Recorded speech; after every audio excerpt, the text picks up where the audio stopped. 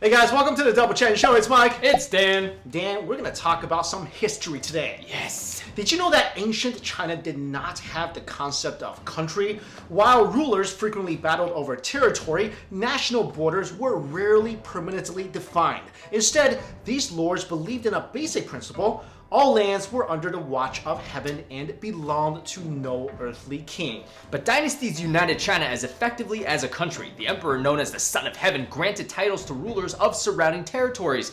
By accepting the titles, they became officials of the established dynasty and were expected to pay tribute to the emperor. Dynasties thus united multiple regions and ethnic groups under a single administration. The Xia became China's first dynasty 4,000 years ago. Qin was its last, but it was the Qin Dynasty that unified all under heaven around 200 BC and deeply influenced Chinese and world history. Because each dynasty was unique, it left behind a rich array of culture to admire.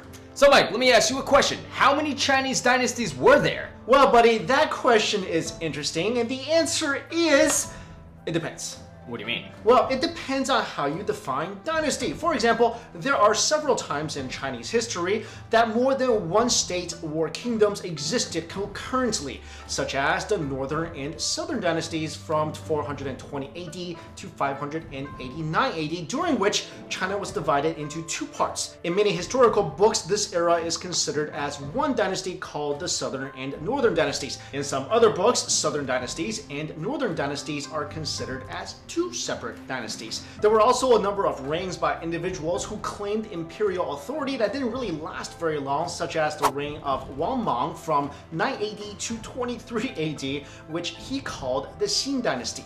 That's like 14 years. Yeah, that's very, very short. Anyways, that sounds pretty complicated. Right, so we're not going to go into details about all the dynasties, but today we will tell you about 8 of the most influential dynasties in Chinese history. The first one is the Qin Dynasty, ruled mainly by Emperor Qin Shi Huang. This dynasty had a huge impact on China as a whole, but surprisingly, it was also the shortest dynasty. Really? How short could it be? Like 50 years? Try 15, from 221 to 206 BC. Hey, but it beat the Qin Dynasty. It beat the Qin Dynasty by 1 year. And also, you know what that means, Dan? We've actually been on this earth longer than the Qin Dynasty has existed. That's crazy, bro.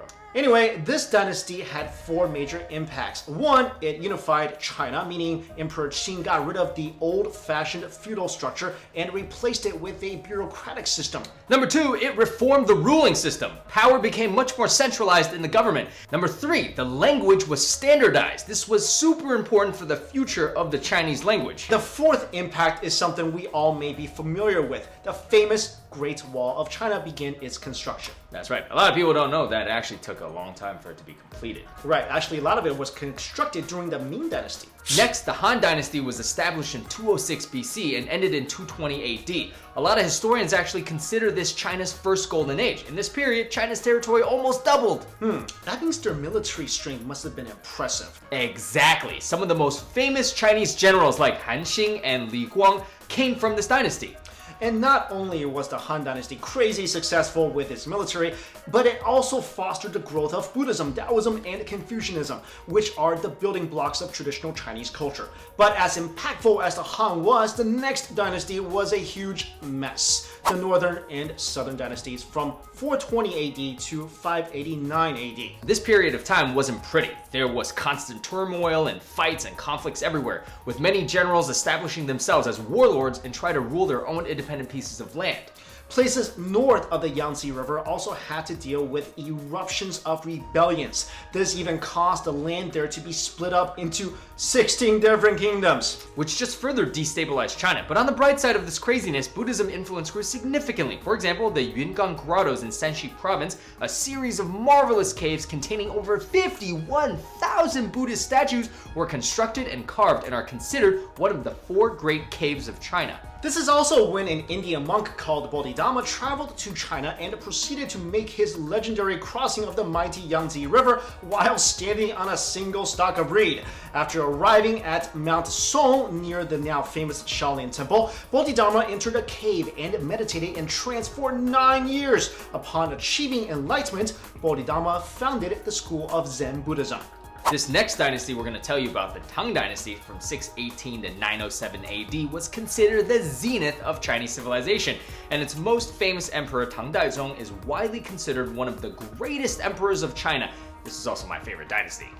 Well, I know why, buddy. Yeah. I'm not gonna say. You'll find out. Anyway, during this period, everything in China flourished, especially poetry. Some of the greatest poems in Chinese history were from this period. Buddhism, Taoism, and Confucianism also developed further, and people from all over the world flocked to China. Diplomats and scholars even came from other nations to study the culture. And this is actually a period where a lot of Asian countries came and brought Chinese culture back to their respective countries. So you'll see a lot of Tang influence in other Asian nations. That's right. Not to mention tea culture was developing nicely. Anyways, the period from the reign of Tang Taizong to the rule of his descendant, Emperor Xuanzong, marked 130 years of prosperity, often viewed as the pinnacle of Chinese culture. Yet this golden age could not last forever. In 755, General An Lushan and his cohort Shi Siming launched a revolt, which brought upheaval and lasted for almost a decade and lost millions of lives, and ultimately the end of the Tang Dynasty. In 960, Zhao Kuangyin and his brother united China's Central Plains and Southeast regions. They established the Song Dynasty, and Zhao became emperor under the name Taizu. The Song Dynasty lasted over 300 years, from 960 to 1279, although its reign is divided into the Northern Song and the Southern Song periods. Like its Tang Dynasty predecessors, the Song Dynasty is viewed as a golden era of Chinese civilization, a period of important advancements in literature, philosophy, and science, and most importantly, the cultivation of rice. Rice is one of the most important Chinese inventions. I mean, how else do we eat saucy dishes like mapo tofu? I totally agree. I'm a total rice eater, but not a soft rice eater, if you know what I mean. No. Anyway, this period of time was also the most economically prosperous. 3 of China's 4 greatest inventions also originated from this time period: the magnetic compass, printing, and gunpowder. These inventions would go on to impact the world on a massive scale. You know, Dan, I always thought the 4 inventions that Chinese people invented actually turned out to harm us, because the Europeans came and basically took over China using maps printed on paper that we invented, using the printing process that we invented, shot us with the gunpowder that we invented, and use the compass to find us that we invented. Irony, people. See what you're getting at, bro. Anyway, the fall of the Song Dynasty was caused by Mongolian leader Kublai Khan. Is that the guy related to Genghis Khan? Actually, that's his grandson. Basically, Kublai Khan then started the next dynasty, the Yuan Dynasty, which lasted from 1279 to 1368 AD. This was the first time an emperor who was not Han Chinese ruled over China. Under the Yuan Dynasty, the empire reached an unprecedented size. Not only that though, but it was actually a period of extraordinary diversity in China, and it really boosted international trade. Yeah, the famous Silk Road was created, which was a trade route that extended from China to India, the Middle East, through the Mediterranean Sea, and all the way to Europe. You know, the Silk Road is directly responsible for a lot of the things you find in Asia, like chili pepper, and also, of course, in the East, you know, they had access to all the Chinese jades and teas and all stuff like that. And don't forget silk. So, how do you forget? I mean, yes. the road was named after silk. Exactly. Anyway, the next dynasty is the Ming Dynasty from 1368 to 1644. Actually, what's really awesome is that this dynasty's first emperor was kind of a rags to riches story. Basically, he was never destined for political greatness of any sort. Ming Taizu was a Chinese peasant who eventually went on to be a Buddhist monk. Then after helping lead a powerful army to success, he became the emperor. That's interesting, because most people would assume that emperors were all like kind of passed down by lineages. So you're saying like anyone can be emperor, like even me?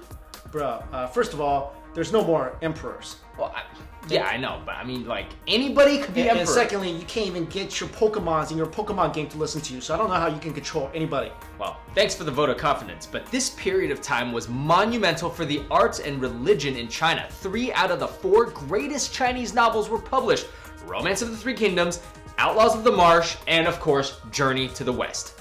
Also, Taoism flourished as well. And then finally, we have number 8, our last dynasty, the Qin Dynasty, which was founded in 1644. This one actually lasted until 1911. Isn't it weird to think about how Chinese dynasties still ruled in the 20th century? I used to assume that it was just pretty ancient practice. That is true, and at the peak of this time period, under the rule of Emperor Kangxi, the High Qin era prevailed. This was a golden age that lasted for over a century. The publication of the 4th of China's most well-known novels also occurred in this time time period dream of the Red Chambers. However, in the mid-19th century, the dynasty declined. The Opium War greatly weakened it, and the military defeat, economic issues, and internal strife eventually all combined to lead it to its ultimate fall. Sun Yat-sen gained control of China, and he eventually ended the centuries of imperial rule. Hey, you know what actually caused the Opium Wars, right?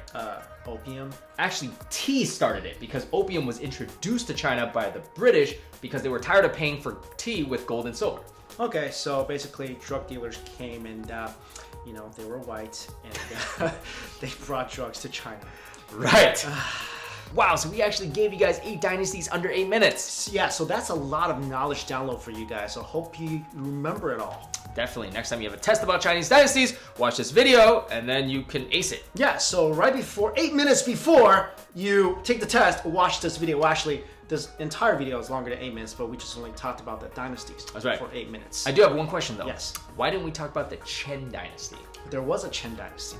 Why didn't we talk about it? It was too small. It was way too small. Bro, it couldn't have been smaller than the 15 years of the Qin Dynasty. Or the 14 years of the Qin Dynasty. No, it wasn't that it was short-lived. Right. It was small. Oh, yeah, it was like, you know, the Qin Dynasty had like 5 people. They were all like our ancestors.